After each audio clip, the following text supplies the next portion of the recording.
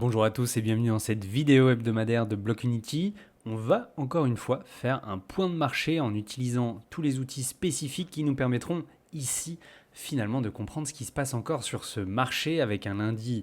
dans le vert. On retrouve des niveaux que nous n'avions pas vus depuis quelques semaines maintenant, donc ça va être plutôt intéressant de comprendre pourquoi et comment on en est là et ce qui peut nous attendre par la suite. Et vous en avez l'habitude maintenant, on commence tout de suite avec le Magic Bands qui va nous permettre de repérer les différents niveaux clés sur Bitcoin. Ici, on remarque très bien, et ça on l'avait vu dans la vidéo précédente, que Bitcoin avait bien rebondi et trouvé support sur cette ligne basse numéro 1, ici estimée vers les 75 000 $,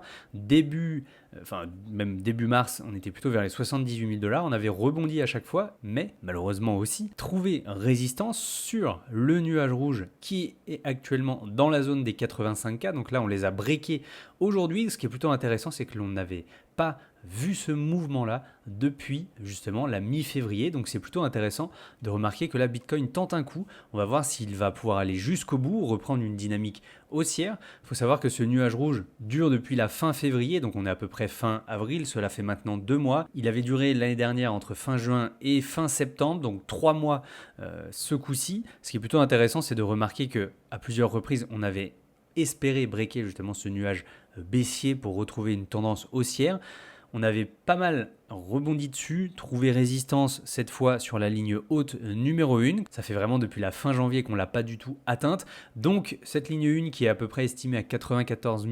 400 $ aujourd'hui sera évidemment un des gros paliers qu'il faudra surveiller si jamais l'expansion à la hausse continue. Pour l'instant, on va toujours essayer de se maintenir au-dessus de ce nuage bearish. Comme vous voyez, même si les deux lignes sont en train de se contracter, c'est pas encore le cas on ne retrouve pas encore, si vous voulez, un nuage haussier comme c'était arrivé début octobre. Il va potentiellement falloir attendre encore quelques jours avant d'en arriver là, mais en tout cas c'est déjà une très bonne chose de voir que pour l'instant, écoutez, on a trouvé des points bas qui sont assez cohérents avec le Magic Bands. On en avait d'ailleurs parlé aussi grâce au Golden Ratio. Ici, on avait trouvé en 2024 un point bas en septembre, ce qui nous avait permis en tout cas de rebondir et de repasser à la hausse assez facilement par la suite, en tout cas d'entamer une seconde jambe haussière pour la fin d'année 2024 qui était assez exceptionnelle. Et depuis, forcément, vu qu'on était plutôt à la baisse, eh bien, il semble que la zone des 75 000 $ ait bien servi de bottom pour l'instant. Évidemment, on n'est pas forcément encore sorti du bois, mais les choses vont mieux et on le voit clairement ici. Si on regarde ce qu'il se passe sur le Golden and Death Ratio, vous le savez, cet indicateur qui nous permet de voir les zones de contraction plutôt baissières. Elles sont déjà arrivées de l'ordre de 3 fois sur ce cycle haussier 2023-2025, une fois en août-septembre 2023, ici entre la Death Cross en rouge et la Golden Cross en jaune, nous permettait de repérer les meilleurs moments d'investir finalement, si on croit toujours au cycle haussier. Ce fut le cas également entre août et octobre de l'année passée pendant 2 longs mois où ici c'est pareil, c'était assez intéressant d'accumuler. Là comme on le repère depuis début avril, c'est encore le cas, on a une Death Cross qui a été signalée, ce qui nous permet de comprendre aussi que potentiellement si l'on croit toujours dans la suite de ce cycle haussier pour 2025, que cela nous représente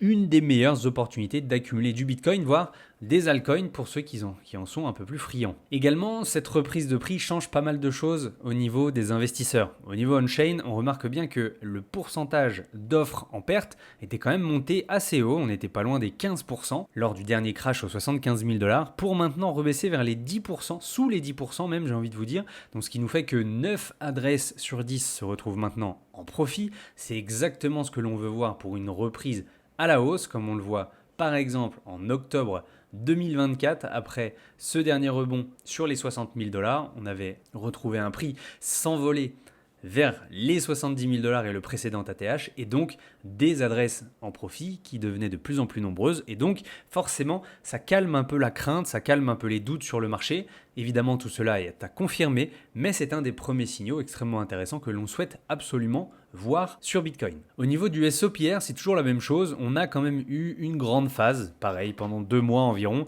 des phases de yo-yo où tout allait un peu mieux pour les investisseurs avec des prises de profit ici en vert, mais également pas mal de prises de perte. On le voit ici avec ce Bitcoin qui a transigé entre les 87-88 000 $ et les 75 000, où forcément ça a fait peur à beaucoup de monde, mais ça ressemble pas mal à ce que l'on a vu aussi lors de l'été-automne 2024. Un peu le même schéma, scénario, beaucoup de prises de perte, puis des prises de gains, des prises de pertes, puis des prises de gains, etc. etc. Et c'est exactement ce que l'on a vécu ici. Est-ce que cela aura suffi à épuiser les vendeurs, à épuiser les mains faibles ou en tout cas à faire sortir le maximum d'investisseurs du marché pour repartir à la hausse? Eh bien écoutez, les jours et les semaines à venir pourront nous le confirmer. Enfin, je voulais vous montrer un dernier indicateur qui était plutôt intéressant. Ici, le VDDM, donc c'est le VDD multiple qui nous permet de repérer quand est-ce que les investisseurs vendent massivement beaucoup de vieux bitcoins, ce qui nous permet de repérer, comme vous le voyez ici, en couleur rouge ou orange très foncé, les zones de surchauffe, comme par exemple en 2024, comme par exemple